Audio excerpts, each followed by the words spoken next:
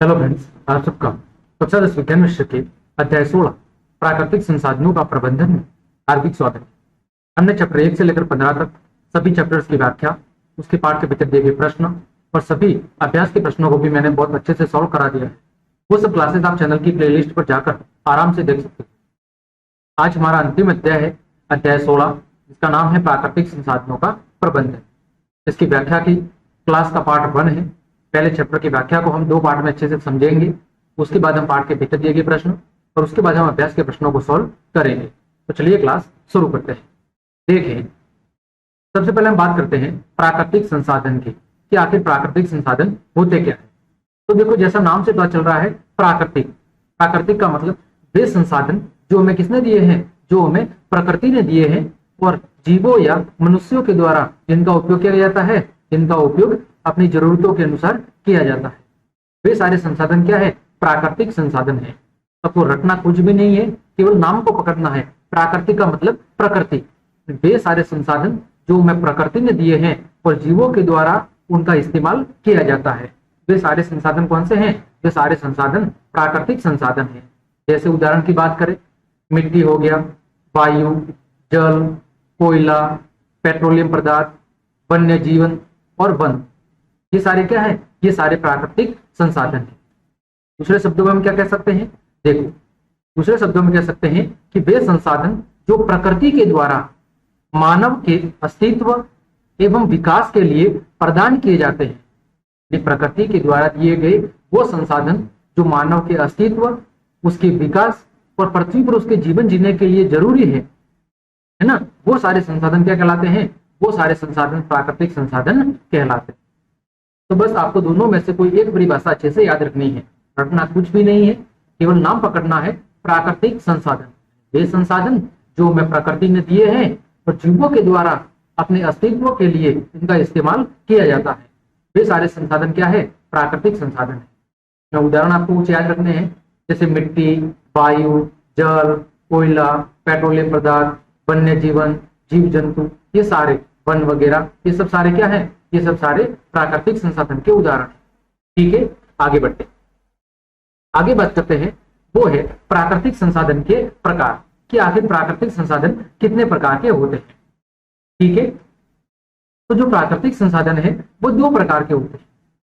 कितने प्रकार के? 2 प्रकार के। एक समाप्य संसाधन और एक असमाप्य संसाधन। कौन से? एक समाप्य और एक असमाप्य, या कहीं कहीं आपको यह भी मिल सकता है एक नवीकरणीय और एक अनवीकरणीय। देखो, समाप्य का मतलब क्या है कि ये बहुत सीमित मात्रा में ही पाए जाते हैं।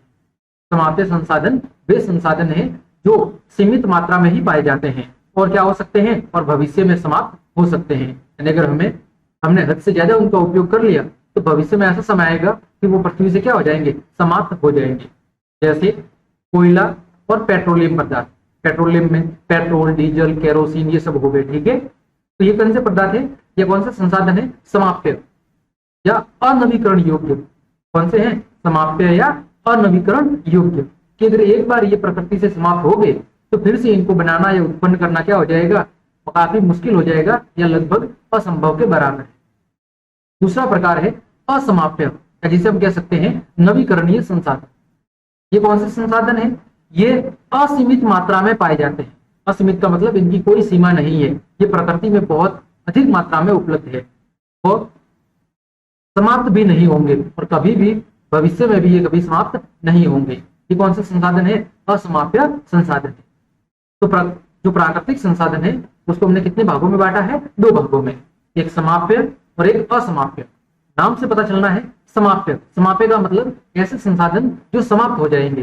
तो समाप्त कौन होंगे? जो लिमिटेड होंगे, जो सीमित मात्रा में होंगे, वही तो समाप्त होंगे। तो ऐसा संसाधन सीमित मात्रा में है और भविष्य में क्या हो जाएंगे? समाप्त हो जाएंगे। उदाहरण याद रखना है, कोयला और पेट्रोलियम। दूसरा है असमाप्य। देखो, अ उपसर्ग का मतलब क्या होता है? नहीं। क्या होता है? नहीं। और समाप्य का मतलब समाप्त, यानी ऐसे संसाधन जो समाप्त नहीं होंगे, यानी प्रकृति में बहुत अधिक मात्रा में, असीमित मात्रा में क्या है? उपलब्ध है। इसी कारण से ये कभी भी भविष्य में समाप्त नहीं होंगे। उदाहरण आपको याद रखना है वायु। ठीक है, उम्मीद करता हूं आपको यहां तक समझ में आया होगा। आगे बढ़ते हैं, आगे बात करते हैं प्रदूषण। अब देखो, प्रदूषण क्या है? कि जो हमारे प्राकृतिक संसाधन है उन प्राकृतिक संसाधनों का दूषित होना, यानी उनकी जो शुद्ध अवस्था है उसकी शुद्ध अवस्था में परिवर्तन होना। तो जो प्राकृतिक संसाधन दूषित होते हैं तो उसे हम क्या कहते हैं, उसे ही हम प्रदूषण कहते हैं। दूषित होना का मतलब है कि उनमें कमियां आ जाना, उनकी क्वालिटी में कमी आ जाना, है ना। जैसे एक शुद्ध दूध है, दूध के अंदर आपने कई सारा पानी मिला दिया तो वो क्या हो गया, वो प्रदूषित हो गया, दूषित हो गया। तो उसी तरह हमारे जो प्राकृतिक संसाधन है जो प्रकृति के द्वारा दिए हुए हैं, अगर वो किसी न किसी कारण से क्या हो जाते हैं, दूषित हो जाते हैं। जैसे आज मृदा प्रदूषण हो रहा है, तो मृदा प्रकृति के द्वारा दी हुई चीज है, लेकिन आज हम उसके अंदर अलग अलग तरह के रसायन, केमिकल्स वगैरह डाल रहे हैं, तो वो क्या हो रही है, वो दूषित हो रही है। उसी को हम क्या कहते हैं, उसी को हम प्रदूषण के नाम से जानते हैं। अब प्रदूषण के वैसे तो कई सारे प्रकार होते हैं, परंतु मोटे मोटे जो प्रकार है वो है जल प्रदूषण, मृदा प्रदूषण और वायु प्रदूषण। ये 3 प्रदूषण आपको अच्छे से याद रखना है। ठीक है, आगे बढ़ते, आगे बात कर रहे हैं वो है पर्यावरणीय समस्याएं। कि पर्यावरण से रिलेटेड आज कौन कौन सी समस्याएं हमारे सामने उजागर हो रही है और उनके लिए हम क्या कर सकते हैं। वैसे अध्याय 15 में भी हमने इन चीजों को पढ़ा था कि पर्यावरण से रिलेटेड क्या क्या समस्या थी, जिसमें हमने प्रदूषण पढ़ा था, अनेक प्रकार की बीमारियां पढ़ी थी, है ना, वनोन्मूलन पढ़ा था, ओजोन परत का नष्ट होना पड़ा था, ग्रीन हाउस प्रभाव पड़ा था। ये सारे क्या थे, ये सारी पर्यावरण से रिलेटेड ही समस्या थी। तो पर्यावरण से रिलेटेड जो समस्या है ये कौन सी समस्या है, वैश्विक। वैश्विक का मतलब है कि ये किसी एक जगह के लिए नहीं है, ये संपूर्ण विश्व पे लागू होती है ना। तथा इनके समाधान तथा परिवर्तन में हम अपने आप को क्या मानते हैं, असहाय पाते हैं। देखिए आज ऐसी स्थिति हो गई है कि दिन ब दिन जो पर्यावरण है उसकी स्थिति बिगड़ती जा रही है और उसमें कुछ भी परिवर्तन या उससे रिलेटेड जो समाधान है उसको कर पाने में हम समर्थ नहीं है। इसके लिए अनेक अंतरराष्ट्रीय कानून और विनियमन है, यानी पर्यावरण से रिलेटेड जो समस्या हमारे सामने उजागर हो रही है उनको कम करने के लिए या रोकने के लिए कई सारे अंतरराष्ट्रीय और राष्ट्रीय स्तर पर कानून और नियम बने हुए हैं। तथा इसी तरह हमारे देश में भी पर्यावरण संरक्षण हेतु अनेक कानून उपलब्ध है। इसके अलावा अनेक राष्ट्रीय और अंतर्राष्ट्रीय संगठन भी पर्यावरण संरक्षण हेतु क्या कर रहे हैं, आज कार्य कर रहे हैं, ताकि ज्यादा से ज्यादा पर्यावरण को बचाया जा सके, उसके अंदर होने वाले प्रदूषण या उसकी जो क्वालिटी है, उसकी जो गुणवत्ता है उसमें क्या किया जा सके, सुधार किया जा सके। जैसे आजकल बहुत सारे वृक्षारोपण के कार्यक्रम चल रहे हैं, नदियों और समुद्रों जो झीलें वगैरह होती है उनसे सफाई से रिलेटेड कार्यक्रम चल रहे हैं। तो ये सब क्या है, ये सब पर्यावरण को बचाने के लिए की जाने वाली क्या है, प्रयास है। ठीक है, तो हमें यहाँ पर चैप्टर में कौन कौन से पढ़ने हैं, जो आपकी बुक्स में दिए गए हैं वही पढ़ने हैं। तो देखिए अगला शब्द है प्राकृतिक संसाधन प्रबंधन। देखो प्रबंधन का मतलब क्या होता है, मैनेज करना। क्या होता है, मैनेज करना। अब मैनेज करने का मतलब क्या है कि प्राकृतिक संसाधन है वो हमारी प्रकृति में लिमिटेड मात्रा में उपलब्ध है, तो फिर इनको आने वाले भविष्य या हमारी जो आने वाली पीढ़ियां है उन पीढ़ियों के लिए अगर बचाकर रखना है तो उचित तरीके से इनका प्रबंधन यानी मैनेजमेंट करना जरूरी है। क्यों, क्योंकि हम अच्छे से मैनेज कर पाएंगे तो ही हमारी जो आने वाली अगली पीढ़ियां है उन तक ये क्या हो जाएंगे, उपलब्ध हो सकेंगे, और वो भी इन संसाधनों का उपयोग कर पाएंगे, और साथ ही साथ जो संसाधन उपलब्ध है उनका शोषण भी नहीं होगा। ठीक है, यानी किसी चीज को मैनेज करना तब जरूरी होता है, किसी चीज को मैनेज करना तब जरूरी होता है जब उसका हद से ज्यादा उपयोग हो रहा हो और हमें यह चिंता हो कि भविष्य में क्या हो जाएगा, समाप्त हो जाएगा। तो ऐसी स्थिति में उसको सही तरीके से मैनेज करना जरूरी होता है। तो इसी तरह हमारे जो प्राकृतिक संसाधन है उनका जिस तरह से आज दुरुपयोग हो रहा है, अगर ऐसा ही भविष्य में होता रहा तो हमारी जो आने वाली अगली पीढ़ियां है उनको देखने के लिए भी ये चीजें नसीब नहीं होगी। तो अगर उन्हें हमारे आने वाली पीढ़ियों के लिए अगर बचाकर रखना है और साथ ही साथ इनका शोषण नहीं हो, दुरुपयोग न हो, तो इसके लिए हमें अच्छे से इनका प्रबंधन करना जरूरी है। पर्यावरण को बचाने के लिए राष्ट्रीय और अंतर्राष्ट्रीय अधिनियम शामिल है।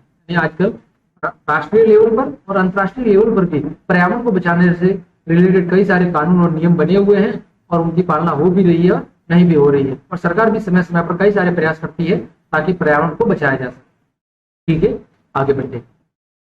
आगे बात करते हैं हम, वो है प्राकृतिक संसाधनों के प्रबंधन की आवश्यकता। कि आखिर हमें प्राकृतिक संसाधनों का प्रबंधन, उनका मैनेजमेंट, उनको मैनेज करना क्यों जरूरी है, इसके पीछे कारण क्या है, उन कारणों का हम अध्ययन करेंगे ताकि हमें ये बात अच्छे से समझ में आ जाए कि जो हमारे प्राकृतिक संसाधन है उसको बचा कर रखना क्यों जरूरी है या उसका प्रबंधन क्यों जरूरी है। तो देखो पहली विशेषता, पहला कारण क्या है कि ये बहुत ही सीमित है, यानी जो प्राकृतिक संसाधन है वो लिमिटेड है। लिमिटेड का मतलब समाप्य संसाधन है, वो प्रकृति में अनलिमिटेड नहीं है। एक समय ऐसा आ जाएगा कि वो धरती से क्या हो जाएंगे, समाप्त हो जाएंगे। तो पहला कारण है कि ये बहुत ही सीमित है, और सीमित है इसका मतलब भविष्य में समाप्त हो जाएंगे। तो अगर भविष्य में समाप्त हो जाएंगे तो आने वाली जो हमारी पीढ़ियां है वो इनका उपयोग नहीं कर पाएगी। तो इस कारण हमें इनको मैनेज करना जरूरी है। दूसरा कारण, प्राकृतिक संसाधनों के संपोषित विकास के लिए। संपोषित विकास का मतलब वही है कि प्राकृतिक संसाधनों का उपयोग हम इस तरह करें कि ये हमारी आने वाली पीढ़ियों के लिए भी बने रहे। अगर हम हद से ज्यादा इनका उपयोग कर लेंगे या दुरुपयोग कर लेंगे तो हमारी आने वाली पीढ़ी के लिए ये नसीब नहीं हो। ठीक है। तीसरा, विविधता को बचाने के लिए। किसको? विविधता को। जैसे आजकल आपने देखा होगा वन्य जीवों का शिकार हो रहा है या उनकी उचित प्रबंधन नहीं हो रहा है, तो कई सारे वन्य प्राणी और जीव क्या हो चुके हैं, विलुप्त हो चुके हैं।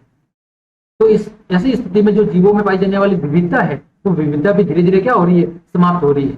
तो अगर उस जैव विविधता को, चाहे वो वन्य जीव हो या वनस्पति हो, पेड़ पौधे हो, उनमें पाई जाने वाली जो विविधता है, उस विविधता को अगर हमें बचाकर रखना है तो उनका भी संरक्षण होना या उनका भी प्रबंधन होना जरूरी है।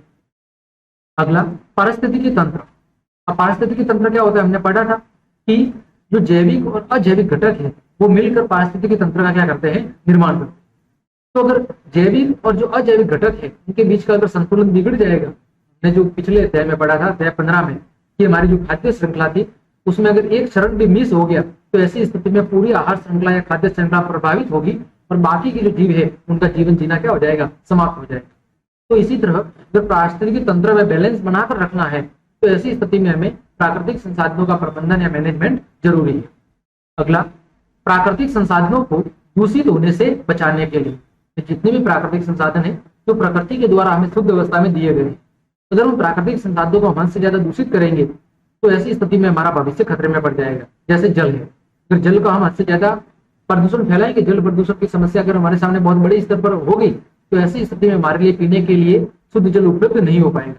और जब पीने के लिए शुद्ध जल उपलब्ध नहीं हो पाएगा तो तरह तरह की बीमारियां और तरह तरह के जो अन्य रोग और जो अन्य पर्यावरण से रिलेटेड और समस्या है वो भी हमारे सामने क्या हो जाएगी, खड़ी हो जाएगी।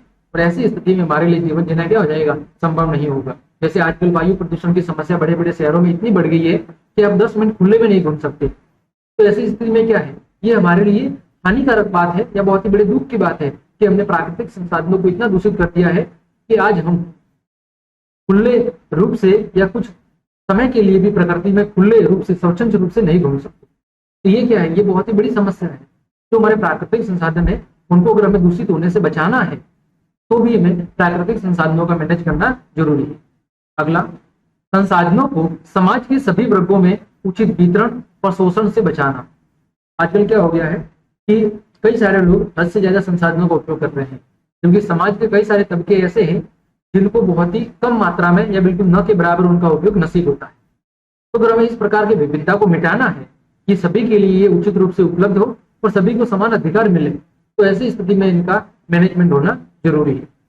अगला, स्वास्थ्य सेवाओं में सुधार के कारण जनसंख्या में क्या हो रही है, वृद्धि हो रही है, और इसके कारण संसाधनों की मांग में भी क्या हो रही है, वृद्धि हो रही है। जैसे जैसे जनसंख्या में वृद्धि हो रही है, लोगों की मांग और डिमांड भी बढ़ रही है, जरूरतें बढ़ रही है। जैसे जैसे जरूरतें बढ़ेगी, लोग ज्यादा से ज्यादा प्राकृतिक संसाधनों का उपयोग करेंगे, तो ऐसी स्थिति में धीरे धीरे वो क्या हो जाएंगे, समाप्त हो जाएंगे। तो इन्हीं कारणों की वजह से जो हमारे प्राकृतिक संसाधन है उनको क्या करना जरूरी हो गया है, उनका प्रबंधन या उनको मैनेज करना जरूरी हो गया है, ताकि हमारी आने वाली पीढ़ियों के लिए भी बने रहे और हमारे भविष्य की आवश्यकता को भी पूरा कर सके। तो ये वो प्रमुख कारण है जो आपको अच्छे से ध्यान रखने हैं कि इन कारणों की वजह से हमें प्राकृतिक संसाधनों को बचाकर रखना है या उनका प्रबंधन करना जरूरी है। ठीक है, ये काफी इंपॉर्टेंट है और कई बार प्रश्न भी पूछा जाता है, तो ये एक बार आप अच्छे से पढ़ लें। आगे बढ़ते हैं। आगे बात कर रहे हैं संसाधनों की दोहन का अर्थ। संसाधनों का जो दोहन है, दोहन का मतलब है हद से ज्यादा उपयोग करना। इसका मतलब क्या है वास्तव में, इसको हम समझते हैं। तो जब हम संसाधनों का अंधाधुंध उपयोग करते हैं तो बड़ी तीव्रता से प्रकृति से क्या होते हैं, इनका ह्रास होने लगता है। ह्रास नहीं, ये ह्रास लिखा हुआ है, ठीक है। ह्रास का मतलब कमी होने लगती है। मतलब क्या लिखा हुआ है कि जब हम संसाधनों का हद से ज्यादा उपयोग करेंगे, अंधाधुंध उपयोग करेंगे, जैसे आज लोग अपनी जरूरतों के लिए वृक्षों की कटाई अंधाधुंध कर रहे हैं, जंगलों को नष्ट कर रहे हैं, वनों को नष्ट कर रहे हैं, तो ये क्या हो रहा है, ये प्राकृतिक संसाधनों का दोहन हो रहा है। और ऐसी स्थिति से एक समय ऐसा आएगा कि ये प्रकृति से विलुप्त हो जाएंगे या हमारे लिए उपलब्ध ही नहीं हो पाएंगे। तो इससे हम क्या हो रहा है, इससे हम पर्यावरण को क्या कर रहे हैं, क्षति या हानि पहुंचा रहे हैं। ऐसा करके हम क्या कर रहे हैं, पर्यावरण को क्षति या हानि पहुंचा रहे हैं। ठीक है, जब हम खुदाई से प्राप्त धातु पर निष्कर्षण करते हैं तो साथ ही साथ अपशिष्ट भी क्या होता है, प्राप्त होता है। यानी आपने देखा होगा, उदाहरण के तौर पर बात करें, जब हम भूमि से क्या करते हैं, खनन करते हैं या खुदाई करते हैं और वहां से धातु का निष्कर्षण करते हैं, तो उस धातु के साथ में कई सारी हजारों अन्य प्रकार के अपशिष्ट यानी गंदगी या जो अवशेष है वो भी हमें प्राप्त होते हैं, जिनका अगर उचित निपटारा हम नहीं करेंगे तो वो क्या करेंगे, वो पर्यावरण को प्रदूषित करेंगे। जैसे आपने देखा होगा कई बार जहां पर खनन वगैरह हो रहा है, जैसे मार्बल्स वगैरह, ग्रेनाइट वगैरह निकल रहे हैं, तो उसके आसपास में उनसे निकलने वाले अपशिष्ट का इतना बड़ा ढेर जम जाता है कि वहां पर अपशिष्ट का एक बहुत बड़ा पहाड़ बन जाता है।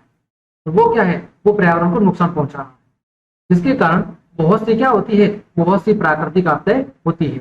जैसे आजकल आप देख रहे हैं कि वर्षा का जो पैटर्न है वो बिल्कुल बदल गया है, कहीं पर बहुत ज्यादा हो रही है तो कहीं पर बिल्कुल न के बराबर हो रही है। ऐसा क्यों है, ऐसा इसलिए है कि पर्यावरण का जो संतुलन है वो धीरे धीरे बिगड़ता जा रहा है। इस कारण से आज बिना मौसम भी बारिश हो जाती है। तो ये क्या है, ये सब पर्यावरणीय समस्या है जो पर्यावरण के प्रदूषित होने के कारण ये क्या हो रही है, उत्पन्न हो रही है। जैसे बाढ़ आना, अतिवृष्टि होना, सूखा पड़ना, ये सब क्या है, ये सब पर्यावरण से रिलेटेड समस्या है। ये संसाधन हमारे ही नहीं अपितु हमारी अगली पीढ़ियों के भी है। यानी ये जो प्राकृतिक संसाधन है ये केवल हमारे लिए नहीं है, हमारी आने वाली पीढ़ियों के लिए भी है। तो हम कुछ ऐसे कार्य करें या कुछ इस तरह से मैनेजमेंट करें कि हमारी जरूरतों को पूरा करने के साथ साथ ये भविष्य के आने वाली जरूरतों को भी क्या कर सके, पूरा कर सके और हमारी आने वाली पीढ़ियों के लिए भी ये उपलब्ध रहे। तो इस तरह हमें संसाधनों का उचित दोहन करना जरूरी है। ठीक है, आगे बढ़ते हैं। आगे बात कर रहे हैं गंगा कार्य परियोजना, यानी भारत में सरकार के द्वारा जल प्रदूषण की समस्या को कुछ हद तक कम करने के लिए गंगा की सफाई से रिलेटेड परियोजना शुरू की गई। तो यह कार्य योजना करोड़ों रुपए का क्या है, प्रोजेक्ट है। ये गंगा कार्य योजना है, ये लाखों करोड़ों रुपए की एक प्रोजेक्ट है, यह सरकार की एक योजना है। इसे सन 1985 में गंगा का स्तर सुधारने के लिए बनाया गया। आपने देखा होगा कि आज गंगा का स्तर बिल्कुल क्या हो गया है, बहुत ही कम हो गया है। उसका जो प्रदूषण लेवल है, गंगा का जल का जो प्रदूषण है वो काफी बढ़ गया है। उसका जल इतना दूषित हो गया है कि वो पीने की तो दूर की बात, आप बर्तन धोने के लिए भी सही से उपयोग नहीं कर सकते या कपड़े धोने के लिए भी सही से उपयोग नहीं कर सकते, वो इतना प्रदूषित हो चुका है। तो इस स्थिति को सुधार करने हेतु सरकार ने सन 1985 में एक गंगा कार्य परियोजना की शुरुआत की, जिसके तहत गंगा की क्या हो रही है, सफाई की जा रही है। अब देखो हमारे सामने कैसे पता चलेगा कि जल शुद्ध है या प्रदूषित है। तो जल की गुणवत्ता या प्रदूषण मापन हेतु कुछ कारक यानी ये कुछ बिंदु दिए गए हैं, कुछ पैमाने दिए गए हैं, जिनकी मदद से ये चेक कर सकते हैं कि ये जल प्रदूषित है या प्रदूषित नहीं है, अच्छी क्वालिटी का है। कैसे चेक कर सकते हैं, तो इसके लिए कुछ बिंदु बताए गए हैं। पहला, जल का पीएच जो आसानी से सारा सूचक की मदद से मापा जाता है। आपने कक्षा 9 या 10 में पीएच स्केल पढ़ा होगा। पीएच स्केल क्या होती है, एक स्केल होती है जिसके जरिए अम्ल, सारक और उदासीन जल या लवण की क्या की जाती है, पहचान की जाती है। इसमें क्या होता है, 1 से लेकर 14 तक डिजिट होती है। 0 से 7 तक अगर किसी का पीएच मान है तो वो अम्ल होता है। 7 पे क्या होता है, वो शुद्ध जल होता है, शुद्ध जल। और 7 से लेकर 14 तक वो कौन सा होता है, वो सारक होता है। ये आपने पढ़ा होगा अम्ल और सारक वाले अध्याय में। तो जल का जो पीएच मान है वो हम पीएच स्केल से ज्ञात कर सकते हैं कि उसका पीएच मान अगर 7 के आसपास आ रहा है तो हम कह सकते हैं कि वो शुद्ध जल है। दूसरा, जल में कॉलिफॉर्म जीवाणु जो मानव की आंत्र में पाया जाता है की उपस्थिति जल का संदूषित होना दिखाता है। यानी जल के अंदर जो कॉलिफॉर्म नाम के जीवाणु है वो अगर मौजूद है तो हम कहेंगे कि वो जल कैसा है, संदूषित है यानी प्रदूषित है। क्योंकि ये जो कॉलिफॉर्म नाम के जीवाणु होते हैं ये मानव की आंत्र में पाए जाते हैं।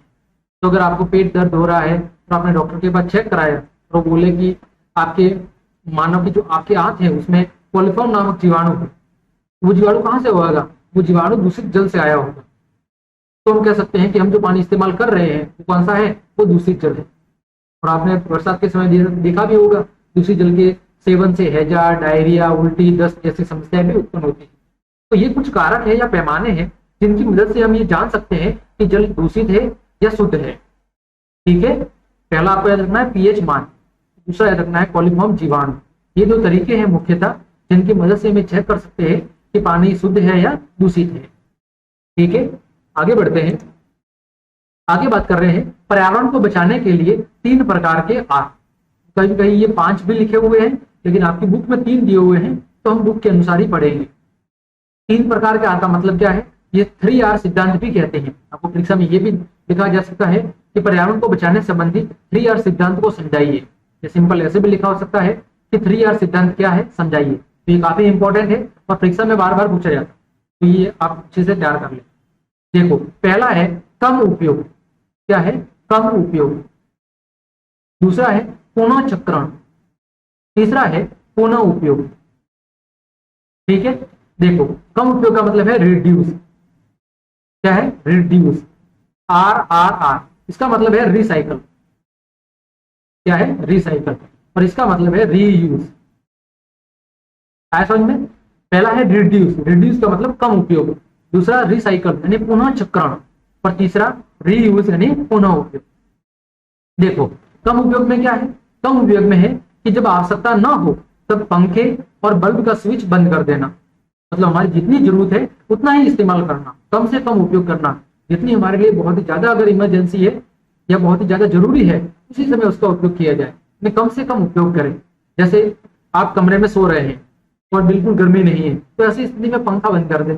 दिन के समय है, आप अगर आपको जरूरत नहीं है, उजाला उपलब्ध है पर्याप्त मात्रा में, तो बल्ब का उपयोग नहीं करें। ठीक है, इसी तरह टपकते नल को ठीक करना। जैसे कोई नल है, वहां से पानी धीरे धीरे टपक रहा है, तो वो भी क्या है? वो भी जल का प्रदूषण क्या हो रहा है? जल का दुरुपयोग हो रहा है। तो आप उस टपकते नल को ठीक करवा दें, ताकि कम से कम अगर एक एक बूंद भी अगर व्यर्थ जा रहा है तो वो दिन का 24 घंटों का बहुत ज्यादा हो जाता है, तो वो क्या होगी? बचत होगी। इसके अलावा आहार या भोजन को न फेंकना। जब आप भोजन करते हैं तो उतना ही भोजन ले जितनी आपकी जरूरत है। अगर आप थोड़ा सा भी वेस्ट करते हैं तो ये बहुत बड़ा प्रभाव बाद में देखने को मिलेगा। तो ये था कम उपयोग या रिड्यूस। रिड्यूस का मतलब है आपको जितनी जरूरत है उतना ही इस्तेमाल करें, अनावश्यक या दुरुपयोग नहीं करें। ठीक। दूसरा है पुनः चक्रण। जैसा नाम से पता चल रहा है, पुनः चक्रण का मतलब है एक वस्तु जिसका दोबारा उपयोग हो सकता है, उसको पुनः चक्रण करके उसका दोबारा से उपयोग किया जाए। जैसे कूड़े से पुनः चक्रण हो जाने वाले पदार्थ, जैसे प्लास्टिक, कांच, धातु को अलग करके आवश्यकता की वस्तुएं बनाना। जैसे आपने देखा होगा आजकल कई सारे लोग कूड़े कचरे में सामग्री को फेंक देते हैं। इसमें से कई सारी सामग्री ऐसी हो सकती है जिसका हम दोबारा उपयोग कर सकते हैं। जैसे प्लास्टिक की चीजें होगी, कांच की होगी, धातु की होगी। तो ऐसी चीजों को कचरे में फेंकने के बजाय पुनः चक्रण करके उसका किसी अन्य वस्तु या अन्य उपयोग के लिए उसका यूज करना। जैसे हो गया, आपने एक कॉपी लाई क्लासमेट की, उसके पेज बिल्कुल व्हाइट होते हैं, जब आपने उपयोग कर लिया तो उसको जलाए नहीं, क्या करें? उसको कचरे वाले को, जो भी आपके आते हैं ना आसपास गत्ते वगैरह इकट्ठे करने वाले, उनको दे देंगे। वो क्या करेंगे? वो उसको फिर से फैक्ट्री में भेजेंगे, वहां से रिसाइकल होगा और उसका एक रजिस्टर बनेगा, रफ रजिस्टर, वो काम आ जाएगा आपके। अब आपने रफ रजिस्टर यूज कर लिया तो उसको जलाए नहीं, उसको वापस दे दे उन जहां पर वो लेते हैं उसको इकट्ठा करने वाले, वहां पर वो क्या करेंगे? उसके बड़े फुट्टे बनाएंगे, गत्ते वगैरह। तो ये क्या हो गया? एक ही वस्तु का एक से अधिक बार उपयोग हो गया। तो ये क्या है? ये पुनः चक्रण है। ठीक है, तो जो वस्तु पुनः चक्रित की जा सकती है उसको बार बार पुनः चक्रण करके उसका दोबारा से उपयोग किया जाए। ठीक। अगला है पुनः उपयोग। पुनः उपयोग का मतलब है कि कई सारी ऐसी चीजें होती है जिनका रिसाइकल तो नहीं किया जा सकता, लेकिन उसका दोबारा उपयोग किया जा सकता है। तो उनको फेंकने की बजाय उनका बार बार क्या करना? उनका बार बार इस्तेमाल करना। ठीक है, तो ये 3R का कॉन्सेप्ट है। कम उपयोग, पुनः चक्रण और पुनः उपयोग। रिड्यूस, कम उपयोग यानी जितना हमें आवश्यकता है उतना ही उपयोग करना। पुनः चक्रण का मतलब है ऐसी वस्तुएं जिनका पुनः चक्रण किया जा सकता है, उनको कूड़े कचरे में फेंकने के बजाय उनका पुनः चक्रण करके दूसरी वस्तु बनाने में उसका उपयोग करना। तीसरा पुनः उपयोग, आपने अगर किसी चीज का एक बार उपयोग कर लिया है और अगर उसका दोबारा उपयोग संभव है तो उसको फेंकने की बजाय अब उसका क्या कीजिए? दोबारा उपयोग कीजिए।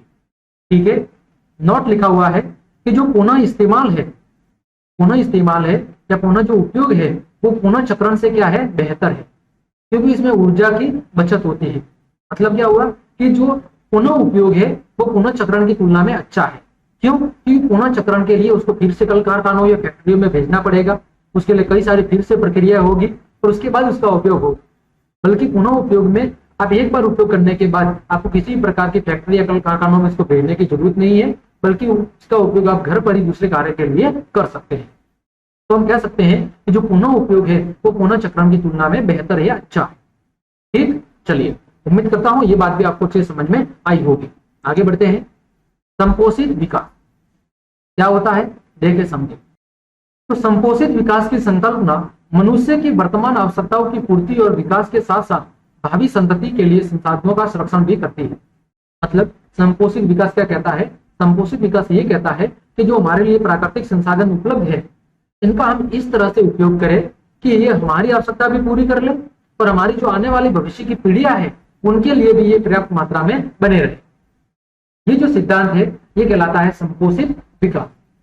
फिर से सुनो, संपोषित विकास क्या कहता है कि आज का जो मानव है वो आज जो प्राकृतिक संसाधन उपलब्ध है उसका इस तरह उपयोग करे कि ये हमारी जरूरत भी पूरी कर सके और हमारी जो आने वाली पीढ़ियां है उन आने वाले भविष्य की पीढ़ियों की भी जरूरतों को ये पूरा कर सके या उनके लिए भी उपलब्ध रहे। यही जो अवधारणा या सिद्धांत है यही कहलाता है संपोषित विकास की अवधारणा। ठीक, अब देखो इसका उद्देश्य क्या है। उद्देश्य वही है जो भी मैंने बताया। दूसरे है कि मनुष्य की वर्तमान आधारभूत आवश्यकताओं की पूर्ति और विकास को प्रोत्साहित करना। पहला उद्देश्य क्या है कि मनुष्य की जो वर्तमान जरूरत है, जो बिल्कुल उसकी मूलभूत आवश्यकता है, उनको पूरा करे और विकास को क्या करे, प्रोत्साहित करे। अगला जो उद्देश्य है वो है पर्यावरण को नुकसान से बचाना और भावी पीढ़ी, हमारी जो आने वाली पीढ़ी है उनके लिए संसाधनों का संरक्षण करना या संसाधनों को बचाकर रखना। ठीक, अगला पर्यावरण संरक्षण के साथ साथ आर्थिक विकास को बढ़ाना। पर्यावरण को बचाने के साथ साथ हमें आर्थिक विकास को भी क्या करना है, बढ़ाना है। तो ये क्या हो गई, संपोषित विकास के उद्देश्य हो गए। मतलब सिंपल सी बात इतनी है कि आज हमारे लिए जो संसाधन उपलब्ध है उनसे हमारी जरूरत भी पूरी हो जाए, हमारा सही तरीके से विकास भी हो जाए, उसका दुरुपयोग भी नहीं हो, पर हमारी जो आने वाली पीढ़ियां है उन आने वाली पीढ़ियों के लिए भी वो पर्याप्त मात्रा में उपलब्ध है। यही है संपोषित विकास। ठीक है, आगे बढ़ते हैं। आगे बात करते हैं हम, वो है प्राकृतिक संसाधनों की व्यवस्था करते समय ध्यान देने योग्य बात है। यानी जब हम प्राकृतिक संसाधनों की व्यवस्था या प्रबंधन करते हैं तो हमें कौन कौन सी बातों को ध्यान में रखना चाहिए, उनकी हम चर्चा करते हैं। तो पहला जो बिंदु है वो है दीर्घकालिक दृष्टिकोण। जब भी हम संसाधनों का उपयोग या दोहन करते हैं तो हमें दीर्घकालिक यानी लंबे समय की सोचकर आने वाली पीढ़ियों की जो आवश्यकता है उसको ध्यान में रखते हुए उसका उपयोग करना चाहिए। मतलब क्या हुआ कि हम प्राकृतिक संसाधनों की व्यवस्था या मैनेजमेंट इस तरह करें कि ये प्राकृतिक संसाधन हमारी आने वाली भावी पीढ़ियों के लिए भी क्या हो सके, उपलब्ध हो सके।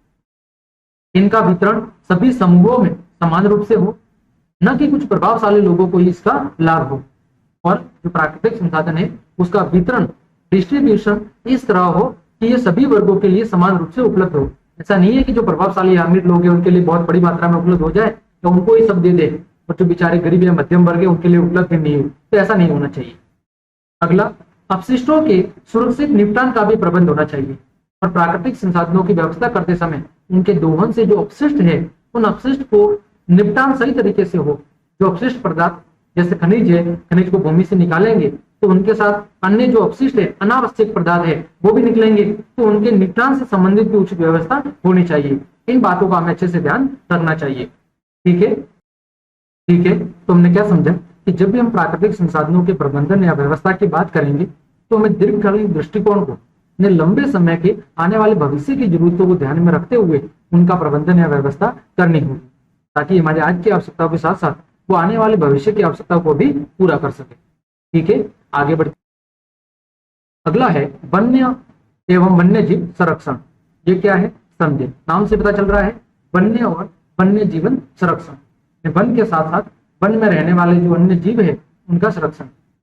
तो वन जैव विविधता के क्या है, तप्त स्थल है। जैव विविधता के क्या है, तप्त स्थल। तप्त स्थल का मतलब क्या होता है, देखो यहाँ पर नीचे परिभाषा लिखी हुई है, ऐसा क्षेत्र जहां अनेक प्रकार की संपदा या प्राकृतिक संपदा पाई जाती है उसे क्या कहते हैं, उसे तप्त स्थल कहते हैं। जहां पर बहुत ज्यादा संपदा या विविधता वाली संपदा पाई जाती है तो वन है वो जैव विविधता के क्या है, तप्त स्थल है। वनों के अंदर बहुत बड़ी मात्रा में जैव विविधता पाई जाती है। जैव विविधता को यानी जीवों के अंदर पाई जाने वाली विविधता को संरक्षित करना प्राकृतिक संरक्षण के प्रमुख उद्देश्यों में से एक है। सिंपल सी बात है, जैव विविधता यानी कि किसी स्थान पर जीवों और वनस्पति में पाई जाने वाली जो विभिन्नता है उसको सुरक्षित करना पर्यावरण संरक्षण को, जो पर्यावरण है उसको सुरक्षित करने का एक प्रमुख उद्देश्य है या उसका एक महत्वपूर्ण बिंदु है। क्योंकि विविधता के नष्ट होने से पारिस्थितिकी स्थायित्व क्या हो सकता है, नष्ट हो सकता है। अगर जैव विविधता समाप्त होगी, नष्ट होगी, तो ऐसी स्थिति में जो पारितंत्र है, जो पारिस्थितिकी स्थिरता है, जो पारिस्थितिकी संतुलन है, वो क्या हो जाएगा, वो बिगड़ जाएगा और धीरे धीरे वो नष्ट हो जाएगा या समाप्त हो जाएगा। जैसे आज आप देख रहे हैं कि प्रकृति से जो गिद्ध है वो समाप्त हो गए हैं। उसका कारण क्या है? उसका कारण क्या है कि आज हम जो कृषि रसायनों का उपयोग कर रहे हैं, उन कृषि रसायनों को कौन खा रहा है? मानव और जीव जंतु खा रहे हैं, और उन्हीं जीव जंतुओं को फिर गिद्ध के द्वारा ग्रहण किया जाता। तो हमने पढ़ा था अध्याय 15 में जैव आवर्धन, कि जब हम एक पोषी स्तर से दूसरे पोषी स्तर की ओर ऊपर की ओर बढ़ते हैं तो हानिकारक रसायनों की मात्रा में वृद्धि होती है। तो गिद्ध सबसे अंतिम पायदान पर था, तो उसके शरीर में हानिकारक रसायनों की मात्रा इतनी बढ़ गई धीरे धीरे कि धीरे धीरे वो प्रकृति से क्या हो गए, विलुप्त हो गए। तो इसके कहने का मतलब क्या है कि जो वन और वन्य जीवन है उसका संरक्षण करना भी जरूरी है, क्योंकि वो ही जैव विविधता के सबसे महत्वपूर्ण स्थल है। अगर उन जैव विविधता के स्थलों को ही हमने संरक्षित नहीं किया तो पर्यावरण कभी भी संरक्षित नहीं हो सकता। तो ऐसी स्थिति में जरूरी है कि हमें ज्यादा से ज्यादा वन और वन्य जीवन का क्या करना है, संरक्षण करना है, उन्हें बचाकर रखना है। ठीक है, इसमें जो दो शब्द आए थे, एक जैव विविधता और एक तप्त स्थल, तो फिर से देख लेते हैं। जैव विविधता का मतलब नाम से पता चल रहा है, जीवों में पाई जाने वाली विविधता। तो जैव विविधता किसी एक क्षेत्र में पाई जाने वाली विविध स्पीसीज का मतलब होता है प्रजाति या जाति। विविध प्रजाति की क्या है, संख्या है। ये एक निश्चित क्षेत्र में जब बहुत विस्तृत मात्रा में अनेकों प्रकार की जीव जंतु और वनस्पतियों की प्रजातियां पाई जाती है तो उसे हम कहते हैं कि ये जैव विविधता स्थल है।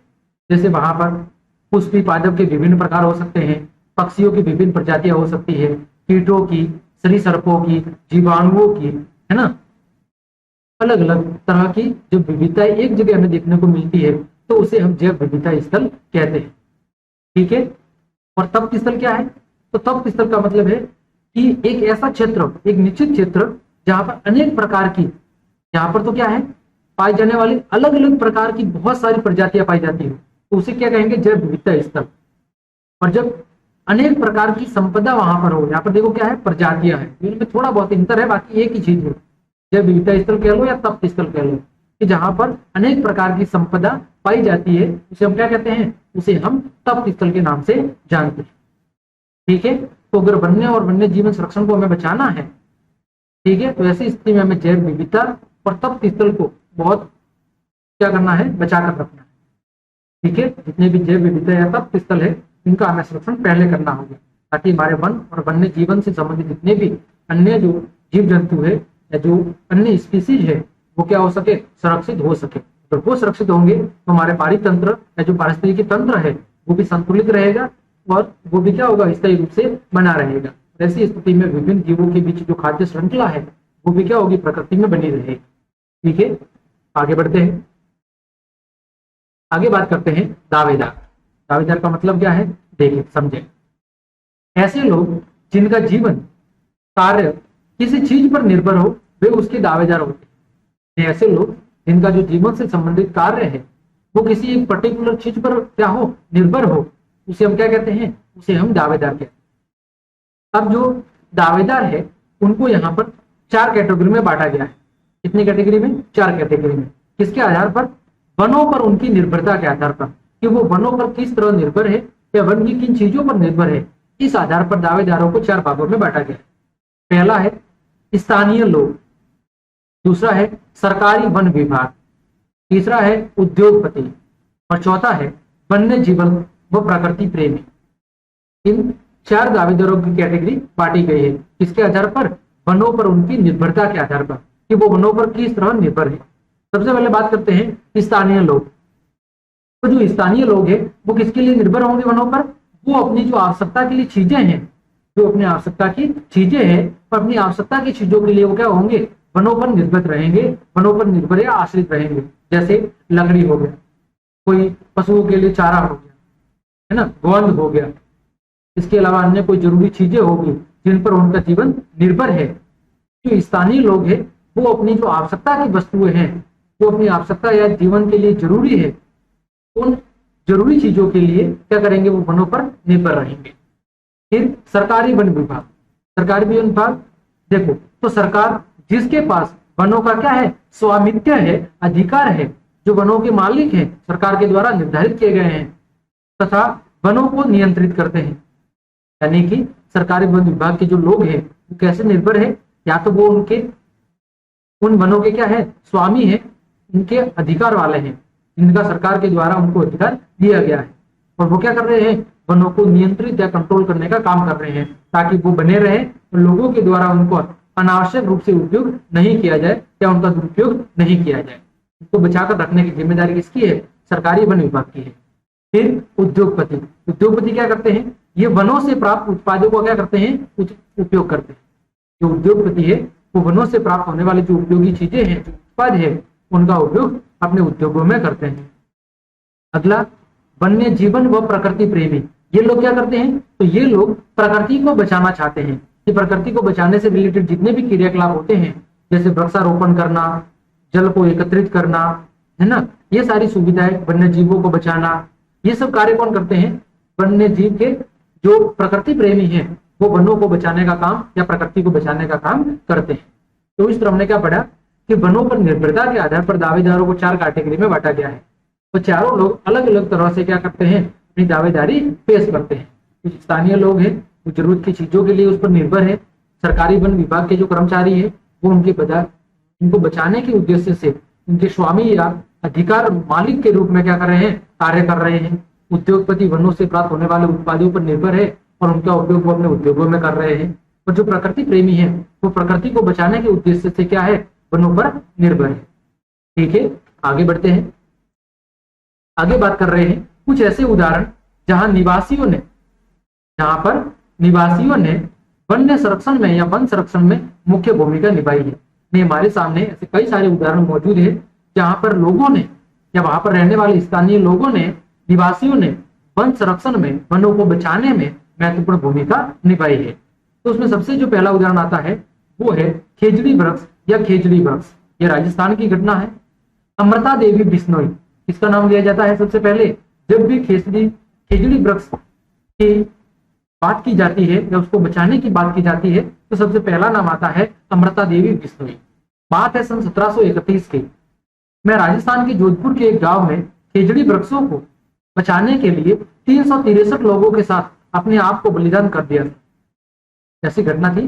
जोधपुर का एक खेजड़ी गांव था जहां पर जोधपुर जो शासक था उसके आदेश के अनुसार कुछ उसके सैनिक वहां पर वनों को काटने गए, खेजड़ी वृक्षों को। तो वहां के जो स्थानीय लोग थे वो सब वनों से क्या हो गए, जो खेजड़ी वृक्ष थे उन खेजड़ी वृक्षों से क्या हो गए, लिपट गए। और उन्हें खेजड़ी वृक्षों के साथ उन्होंने अपनी जान दे दी। ठीक है, किसके नेतृत्व में, अमृता देवी बिश्नोई के नेतृत्व में।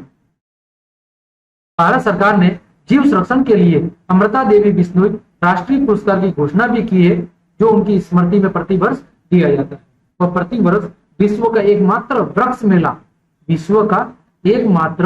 वृक्ष मेला कहां पर बढ़ता है, खेजड़ी गांव में ही बढ़ता है, जो कि जोधपुर के पास में स्थित है। ये आपको याद रखना है, खेजड़ी गांव, अमृता देवी बिश्नोई।